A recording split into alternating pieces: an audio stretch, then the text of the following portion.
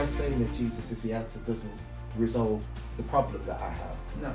And saying that Jesus is all I need, that's nice. Yeah.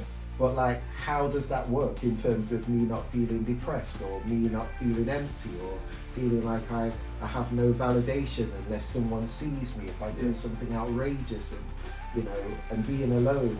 And I agree with what you said, in the sense that you can be in a crowd but yet still feel alone or feel lonely. So how is Jesus the answer to those situations that people are facing today? Hello and welcome to the podcast, episode 8. And this is actually the last episode in the series. We're going to be coming back hopefully later this year, and we'll be doing series 2. But this is going to wrap up series 1. And of course, if you're listening to this at a later date, then maybe that you'll get an episode 9 straight after, because there won't be that much time elapsed between the next episode. So I just really wanted to say, before we go any further, again, thank you so much for everyone that's been supporting me and been giving me encouragement in terms of this podcast. And really, I really want to know and hear from you, in the sense of like, is it helping? Because if it's not helping, if it's not working, then this is a waste of my time and a waste of your time, in the sense of listening and watching this podcast. And so let me know what your thoughts are. Let me know what you want to talk about, what you want my guest to talk about, and let's see what we can do. More than anything, my heart is that we grow in becoming more like Jesus in our everyday walk. And that's why, of course, it's called The Practice. So today I've got a really good friend with me today. This is Nathan. Hello. And it's great to have Nathan with me.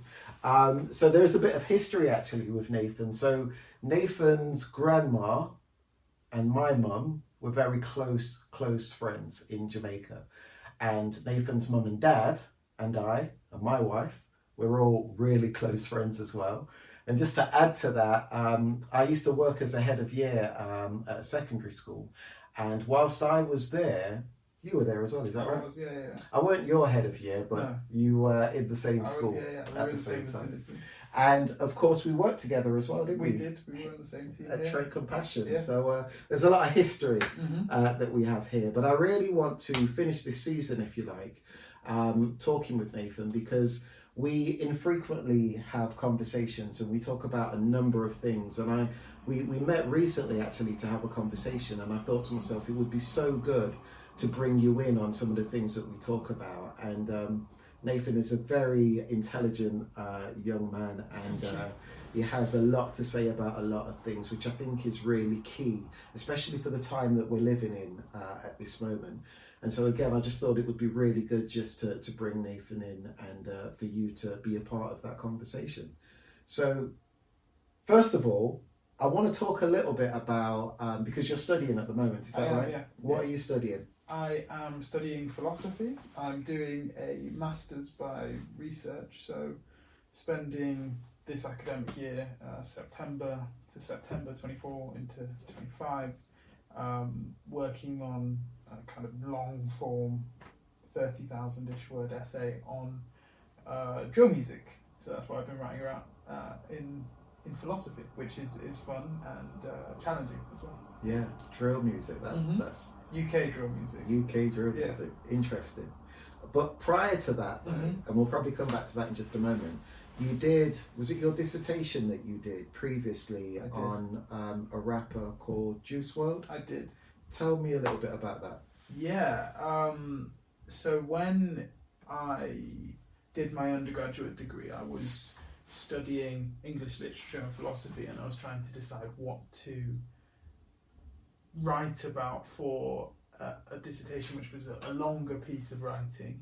It was about 8,000 words talking about something, and it was all open to personal choice. So I had a think, and I wasn't landing on anything, and I had a listen to one of Juice WRLD's albums, a posthumous one called Legends Never Die, and I was listening to that while I was trying to decide what I was going to write about, but it wasn't I wasn't listening to it because I was thinking, oh, this might be something to talk about. And at that point, I'd never done anything academic around music. And I listened to this album front to back, and I was like, well, I really want to talk about this. I think there's definitely something there. There's all this stuff in there about pain and suffering and personal difficulty with spirituality and sense of self and substance abuse and depression and anxiety and the kind of pressing weight of the world and maybe things beyond this world. And so I asked a few people in the English literature department at the university I was at, and they said it was a good idea. So I ended up writing about that and his own depiction of his personal pain and suffering. And how does, like, because I imagine, I mean, we've had a conversation before, I'm more of an old school rapper than the more recent stuff. But I imagine that Juice WRLD, because he's deceased, is no longer with us, is that right? Yeah. Through a drug overdose? Yes. But I imagine that what he was writing about was the kind of struggles that he was facing on a day-to-day basis, which I imagine a lot of young people kind of grapple with. Yeah. And how does that, like, can you talk a little bit about that in the sense of, like, what was it that made him so popular? What was it that made him able to engage with his audience? It's a really good question. And what makes him so popular? I think for anyone who's popular, they capture something that maybe is they're in the right place at the right time. But I think a level of talent there is there. You can see it when you listen to his albums, when you see his freestyles, which there are loads of them on YouTube where he just gets given beats that he's never heard of before, and he can just spit on them for a long time, just off the top of his head. But I think there's something in what he speaks about in his lyrics that really, really captures people. So I think there is a bluntness to it. There is maybe a lack of, at times, what some people would refer to as maybe subtlety or something, but he very, very clearly communicates how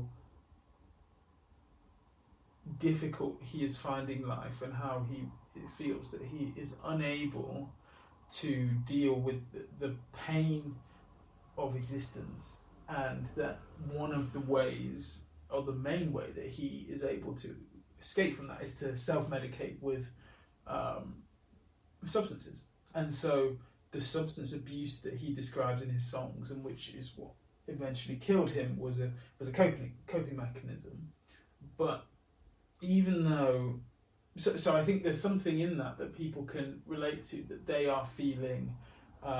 So he's got a song called Empty where he talks about feeling empty and feeling like there's a black hole in the place of his soul. And he talks about, in the song Fast, about how he's feeling really bad, which I guess people can have whatever feelings they like about the lyrics there and what's happening with the state of poetry or whatever. But I think there's something there that he's communicating that people can relate to, and even if they aren't, as many people are not turning to drugs in order to medicate, I think there's something about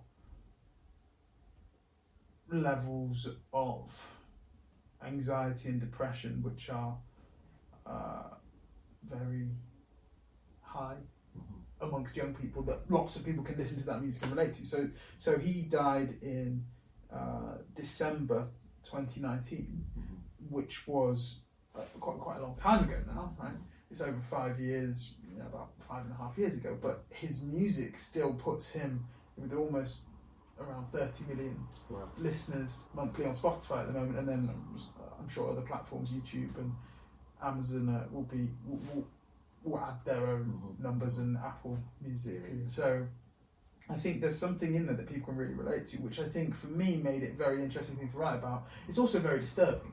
It's very, very disturbing because the things that he's saying are horrible. I think I'm focusing, and my project focused on the pain element, and I think that for me was overwhelming, that pain and strife, However, there are really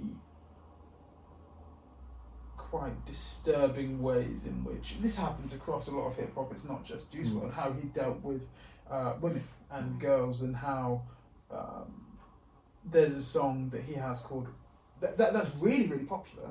I think it's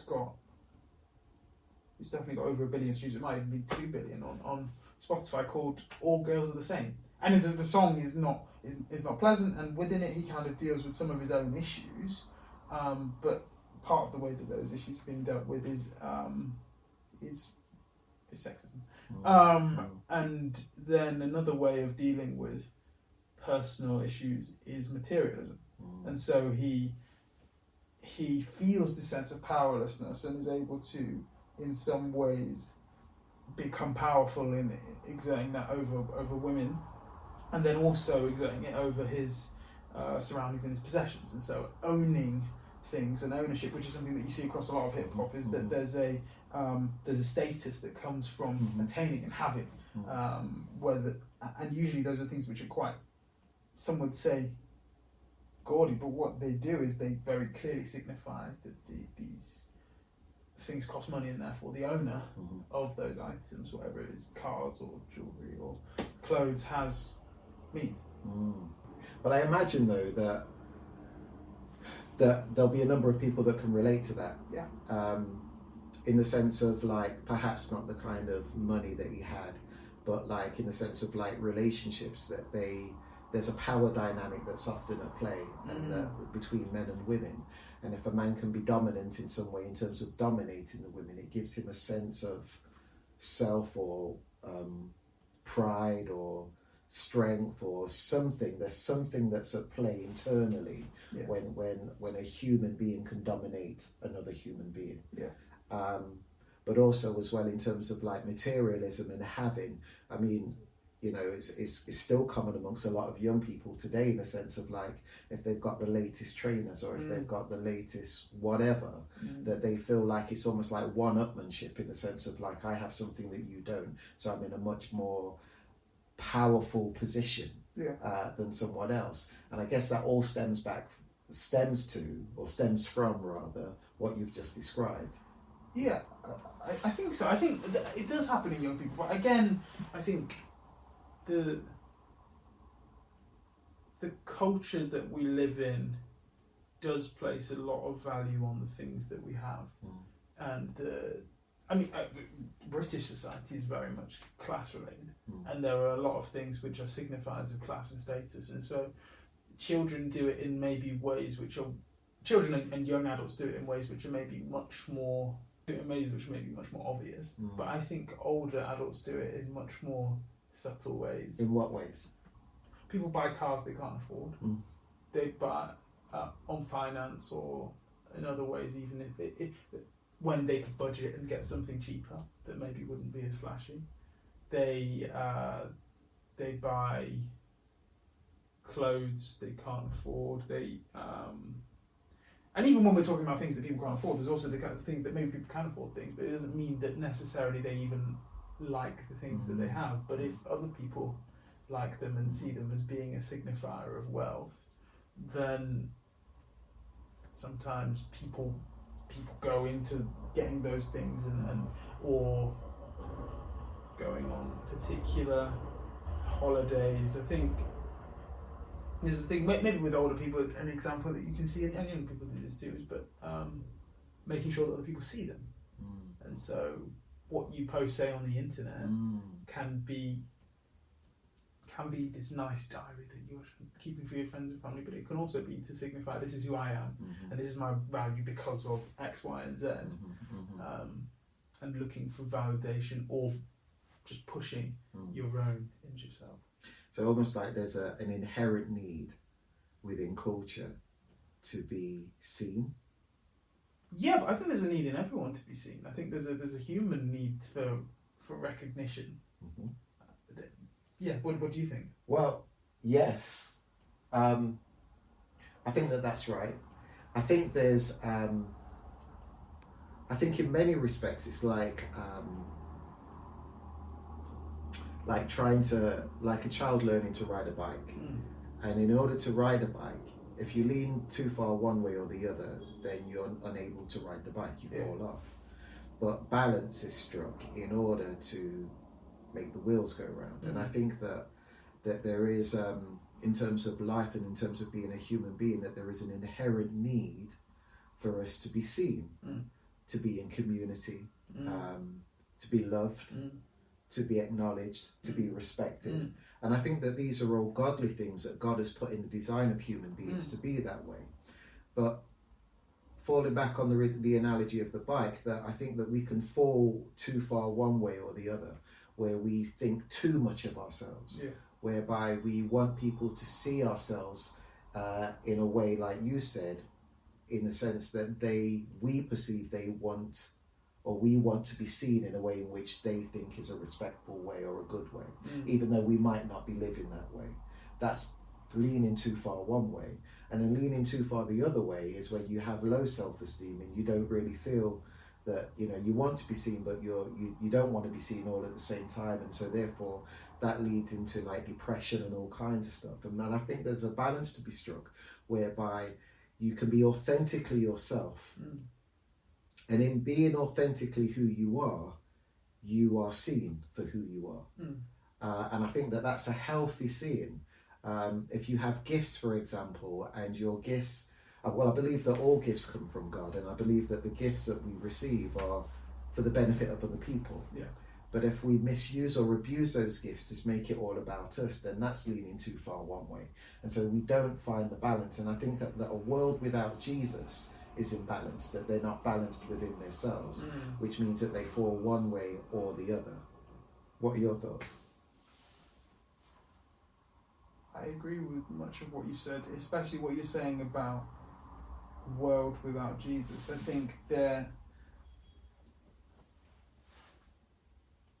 when God creates, in Genesis, when we see creation, the first thing, even before the fall, that is recognized as being negative is Adam's being alone. It says that God says it's not good for man to be alone. And so there's something in that which says that you can have all the inner self-esteem and confidence and all of that stuff going on, but actually without community and communion with other people, that you will be lacking in something. And so I think in some ways what's going on with all of this inward turmoil and looking for validation and acceptance of other things is that people are in many ways alone, even if they have other people physically in their vicinity. And I think what you were saying about God and Jesus being the answer is, I think that's right, and it may sound trite or a common thing that Christians say, but I think that was one of the things that I struggled with when I was speaking about Juice WRLD in my dissertation, is that it was a university piece of work for a secular institution and qualification, that you are looking at a problem, pointing at a problem, and actually this person died talking about his own pain, and in the end his substance abuse killed him. But you're looking at a problem and pointing to it, and you're not, or I wasn't able to in that piece of work say, look, these are the problems, and here is the answer. And the answer is Jesus, and it's not in a just in an abstract kind of just give it to God kind of thing. Is that a true life-changing, life-altering encounter with the person of the living God can bring about so much healing, and is the only thing that truly is restorative. Okay, so let me ask you a question then. How? Because I think that we, especially within church circles, that we often throw the name of Jesus around to be the answer for everything. Which is true. But how? Because just by saying that Jesus is the answer doesn't resolve the problem that I have. No. And saying that Jesus is all I need, that's nice. Yeah. But like, how does that work in terms of me not feeling depressed, or me not feeling empty, or feeling like I have no validation unless someone sees me if I do something outrageous, and and being alone. And I agree with what you said in the sense of you can be in a crowd but yet still feel alone or feel lonely. So how is Jesus the answer to those situations that people are facing today? When Jesus leaves his disciples, he says that one is coming to join you. And so saying Jesus is the answer is maybe not exactly the right way of putting it, because Jesus is a member of the Godhead. We've got the Trinity. And so we are able to, and should be baptized in the Holy Spirit, walk in step with God daily, and that does bring about change in a person. I think when you're, and it doesn't fully answer exactly what you're saying, because the realities of depression and anxiety are not that they are absent in the Christian population, right? They are not completely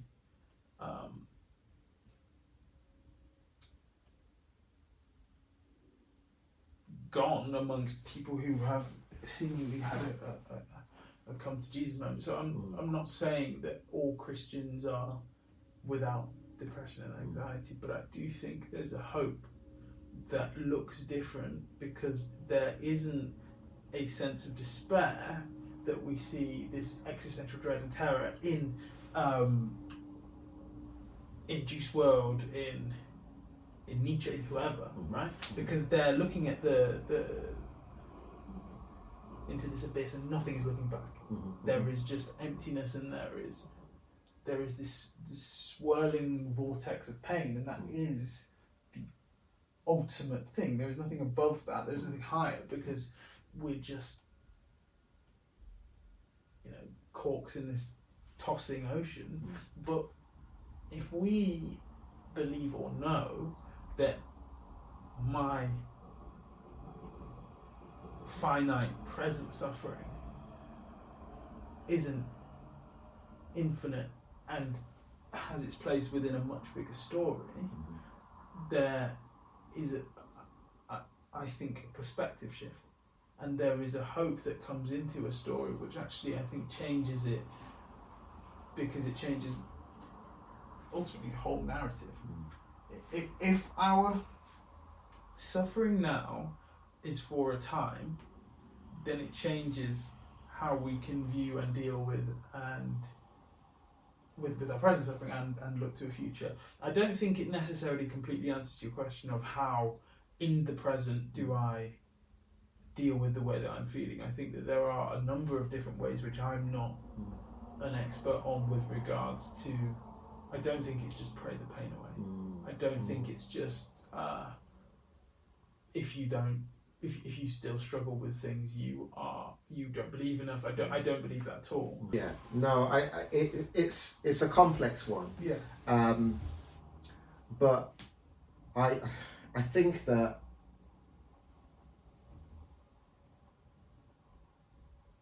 I think you're right. Jesus said that I've come to set the captives free. And I don't believe he was just talking about people that are in prison.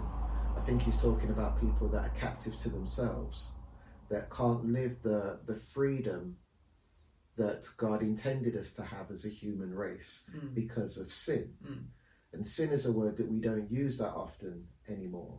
But just to define it, I believe that sin is anything that causes harm or offends, anything that causes harm to ourselves, other people, or offends God. And all the things that you've just spoken about in terms of like drugs and, the materialism and all of those kind of things, without God, they bring harm to ourselves. And actually with God, I mean, as you know, I work with guys in recovery, and often what you find is that there's a saying, I believe it was Blaise Pascal that coined the phrase that said, everyone has a God-shaped hole in their hearts which only God can fill. And I believe that's perhaps an overused statement, but I believe there's a lot of truth in that. Yeah. Because I think that, pardon me, humanly we are searching for things to make ourselves feel whole, and nothing seems to work. People often use drugs because it's often like escapism from their immediate pain or their immediate suffering or their immediate circumstances or the internal turmoil that they're facing. It's escapism. But with all things like that, it's a little bit like catching fog. You grab it, you think you got it, you open your hands and it's gone. And so getting a fix or using drugs for a period of time, it feels good for a moment and then it's gone. So you have to chase it again and again and again. And it's no different to, for some people it's shopping. You know, they buy something and then it's good for a day, then they need to buy something else. And sometimes it's not so much about having something new to wear, but it's the rush of buying something online and having Amazon drop it at the door and opening a parcel, and that's what people are chasing. Yeah. And so there's a myriad of things that people are gambling. Another one, they're trying to find things to make themselves feel whole, and that's a spiritual thing. Because and I say it's spiritual because anything that we can't see but we can feel and experience is spiritual. And so that searching for finding something to make ourselves feel whole is only obtained, I believe, through a relationship with Jesus. In a sense of, and remember Jesus said that I am the way, the truth and the life. And so engagement with the Spirit of truth shows ourselves, first of all, for who we really are, but hopefully pulls us towards the Spirit of truth to become truth ourselves. Which means that it's almost like the Holy Spirit shows a mirror to us for us to see ourselves the way we actually are, the way He sees us. And then once we catch a glimpse of how He sees us, then that has a different impact on the way we live. Because it also highlights and means that the things that I'm chasing to make myself feel whole, I don't need those things. I just need to be in relationship with Him. And again, I think that we can be a little bit trite with the language that we use, especially in churches, when we say that all you need is Jesus. Because yes, that is true, but unless you teach people how to engage with the Spirit of truth, then you're almost it's almost cruel to say, all you need is Jesus, but you don't show people how to engage with Jesus. Yeah, and I think even it's true, we need Jesus, but say when you look at the Book of Acts and you see how the early church was treating each other, they were saying yes, you need Jesus, but they were also clothing the naked and they were feeding the hungry and tending to the sick. So they were looking after those amongst them who had less. So there was also a thing about meeting material need amongst them. And I do agree with you, all of those things about seeing how God sees you can fundamentally change how you see yourself. I guess maybe the focus when I was answering that question is that there can be an easy response of saying, well, what happens if I become a Christian and I still have anxiety, I still have depression? Because that was kind of why I answered it in that way. I do agree with you that fundamentally, actually, for a lot of people, when they become a Christian, a lot of the things change. A lot of those things change because you're coming into a new worldview, and therefore how you feel about yourself and position yourself is if I'm it's different. It's different, but I think there was also the thing there that I was trying. Just to throw in there, I read a book not so long ago called, I believe it's by Sarah J. Robinson, I think her name is, and it's called I Love Jesus, But I Want to Die. Yeah. Which is an interesting title within itself. And she's talking about living or following Jesus whilst being in a state of depression. It's a fantastic book, and I would highly recommend anyone to read it. I believe it's on Audible as well. It's a brilliant book, and what she does really well is she deals with those, or she addresses those taboo subjects of how can I be, it's almost like an oxymoron. How can I be depressed yet love Jesus at the same time? And yet that is a very real experience for many people, I believe, that are Christians or following Jesus, that are in a place of depression, but because of the way church is, they feel that they can't express themselves in how they really are, because, you know, people will tell them to you know, trust Jesus more, or pray more, or all of that. And it's not a quick fix like that. And sometimes it's a gradual journey. It's a gradual process. And so, again, these are the kind of things that we need to be talking about, I think. And the interesting thing is that with people like Juice WRLD, is that they kind of get there themselves by, ironically, being really honest about what their existence is. And I think that what you've described is someone that is just being really brutally honest, living a life without Jesus, and what that looks like, which is why I imagine so many people can identify with it. With regards to your question of how can the church do that, I think the church can speak into it in a way that when you read the letters in the New Testament, they are clearly written by people who know what is happening inside the church and also outside the church, and are unflinchingly speaking into both things. And they're speaking about the culture of the church, which had its positives, as it does today. It has its positives and it also has its negatives. And the people, not just Paul, but other writers, Peter, James, whoever were speaking, saying this, that's good, and this you need to sort out. And then saying that, I think the church can do it well by looking at the, for me, I always keep coming back to the Bible, is that the church can do it well by going back to scripture and looking what they were saying, what they were doing in there, how were they interacting with what was around them. Number one, they were doing it, they were speaking, and number two, they weren't afraid to say, look, this is wrong, and I'm not going to keep on to that. Yeah. What do you think? I think that there is a reluctance from Big C Church to engage with culture, with truth. I think we fear what response we might get. I think we fear being cancelled. I think we fear going against the grain and there being a media frenzy against us. And I understand it. I understand why people might feel fearful about that. But also, though, on the other hand, Jesus caused media frenzies wherever he went by speaking truth, unflinchingly so. And he was a peacemaker, not a peacekeeper. And I think that they're two very different things. I think a peacekeeper is someone who keeps their mouth shut and says nothing, even though they know that something's not right.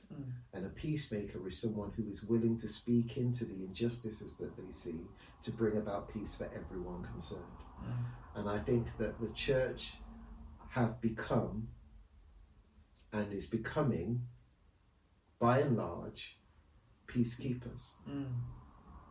And I think that potentially causes problems for the church in the long term, and for those potentially coming to church, in the sense that in the absence of saying nothing, you communicate something. And what people perceive you're communicating may be right or it may be wrong, but they will not know unless someone is vocal about what it is that they think. And so if we don't communicate what the truth is and what the scriptures say, then people will be left to their own devices to think whatever. And usually what people think is what the world thinks. Yeah. Because that's the conditioning that most human beings are brought up in, and so that's the voice that shouts the loudest. And the church doesn't have a voice currently, it would seem, at the moment. And I think that there's potential dangers for that if we're not prepared to say, well, actually, and I think there is a way to do that.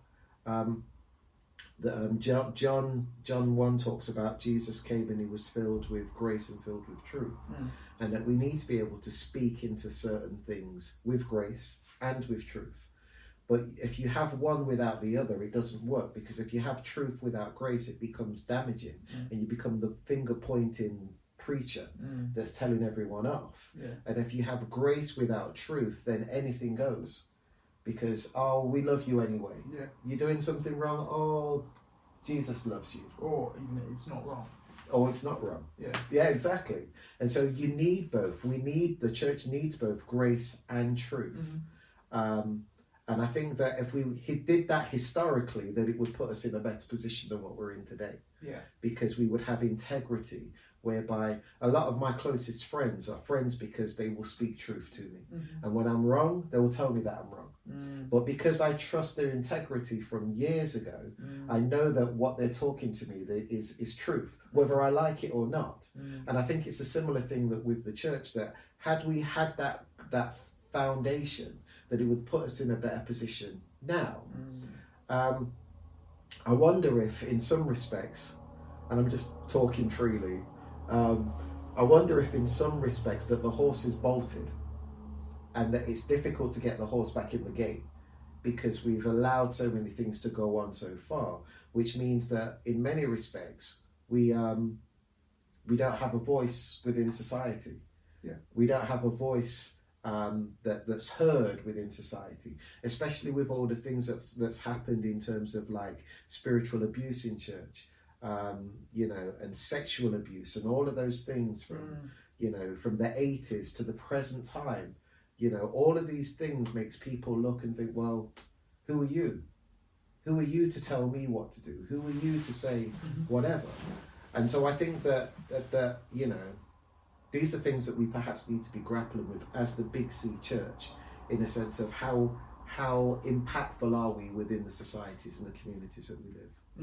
I agree with that. I think the church stands in a very difficult position because of all of this history, that people would say, well, who are you to moralise to me? But with regards to speaking truth, it's the same as the phrase about like planting trees, that when's the best time to plant a tree is 50 years ago, and the second best is now. And so with regards to speaking truth, I think the same thing. Sure, the best thing to do would be to for the church to have an impeccable, spotless 2,000 year long record of speaking truth and acting justly, and loving mercy and walking humbly all the time. And that unfortunately is just not the case at all. In many ways, it can be documented in the church in all its iterations across the world. There have been all sorts of terrible things that have been done, and that is shameful, and it is harmful to the people who suffered, and it's harmful to people who didn't, because it also colours how they view the church. But I still think that we still have this, amongst that flawed history, a responsibility to speak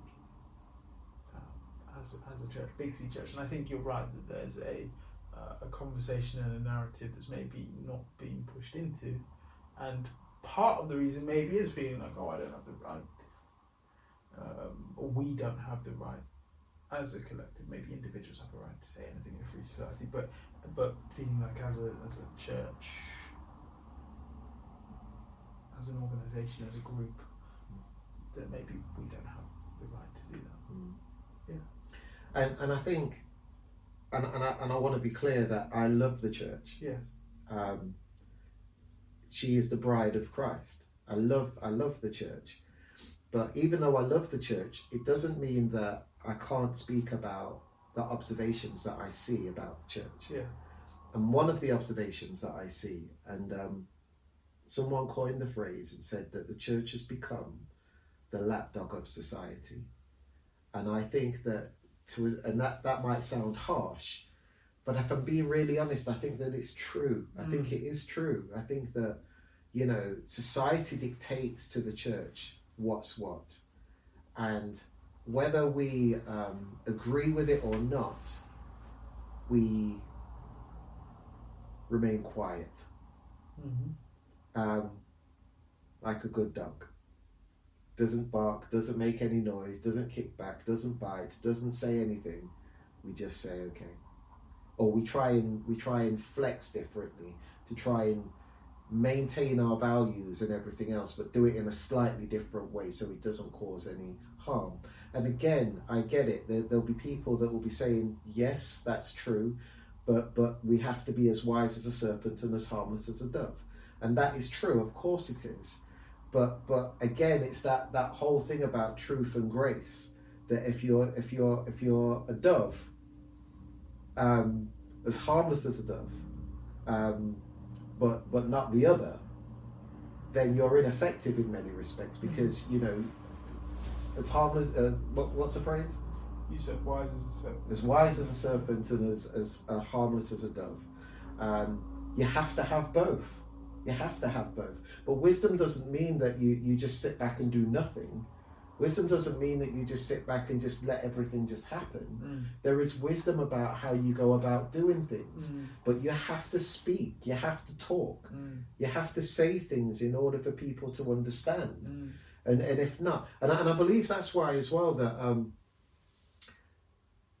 like maybe 20, 30 years ago, there were certain things that people understood to be biblical. Whether you were in church or not, if you just started to come to church maybe once or twice, there were certain things that you knew because you had a little bit of a theological, spiritual, Christian foundation, whether that was from school, when you would sing hymns at school, you would say grace before you had your meal. There was something that would enable you to be able to engage with certain principles that were in and amongst society. But in the post-Christian world that we live in today, many people don't have those foundational building blocks anymore, which means that when young people, or people, not just young people, but when people come to church, there's certain things that they're carrying in with them that are from the world and are not biblical, but they think that they're right because no one is telling them otherwise. It's almost assumed that people will just pick up, this is how you live for Jesus, this is what a disciple looks like. But unless we're explicit enough to say that you shouldn't be having sex with your girlfriend, you shouldn't be sleeping with your girlfriend, you shouldn't be living with your boyfriend at this time, you shouldn't be doing certain things. We don't communicate those things, and so in the absence of saying those things, people think that it's okay and it's normal. Yeah, I think that's right. I think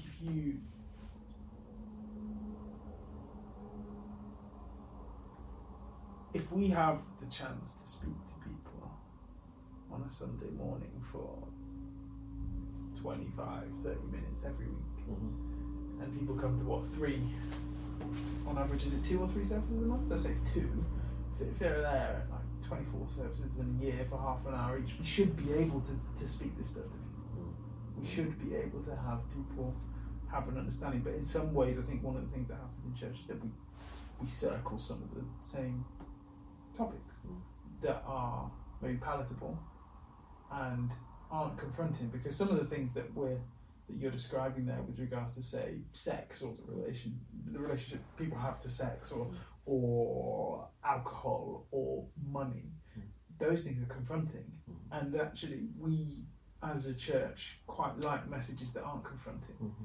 This whole thing about being seeker friendly means that actually we don't upset seekers, when perhaps we should. Jesus upset people when he was preaching, and there were loads of people following, and then he said things that were upsetting. Repent and be baptized. Turn and they walk away, and that's okay, because that would be okay if it happened in the churches that we're in, because there is a reality that Jesus says, if you love me, you will obey me. And if we don't tell people what he's saying, then how will they obey it? Absolutely. If they're not reading the Bible for themselves, which unfortunately, let's be honest, lots of people aren't. Yeah. If they're not doing that, and we actually have them listening with, if not rap, just they're there, and we don't say, look, Jesus do this, and they may not know. Yeah. It's a little bit like having a buffet, isn't it? And in many respects, we say, when you come to church, you can have this, or you can have this, or you can have this. Yeah. And if you don't like that, then have this. And if that's not good for you, or that's not to your liking, you can have this. Yeah. But actually, sometimes it's a little bit like when I was growing up, there were certain vegetables that I had to eat, whether I like them or not, because they're good for me. Yeah. And I think it's a similar kind of thing that we need to be saying, this is what the word says. Yeah. This might make you feel a little bit uncomfortable. Yeah. This might make you move you out of your comfort zone a little bit. Yeah. But actually, this is the word of God, and this is what Jesus is talking about, and this is what we're going to be talking about today. And people have a choice to make. If they're serious about following Jesus, then they'll eat their greens. And if they're not, they'll leave the table.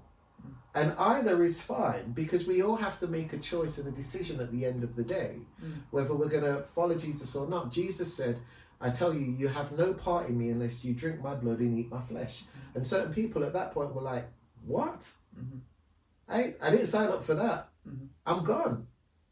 And then he turns to his disciples and says, do you want to leave as well? And so we have, like you said, we have to present the truth to people for them to make a decision what it is they want, who it is they're going to follow. I agree with that. That there's the first commandment is, I am the Lord your God. You shall have no other gods before me. It's very hard to do that if the church is reluctant to present who that God is to you,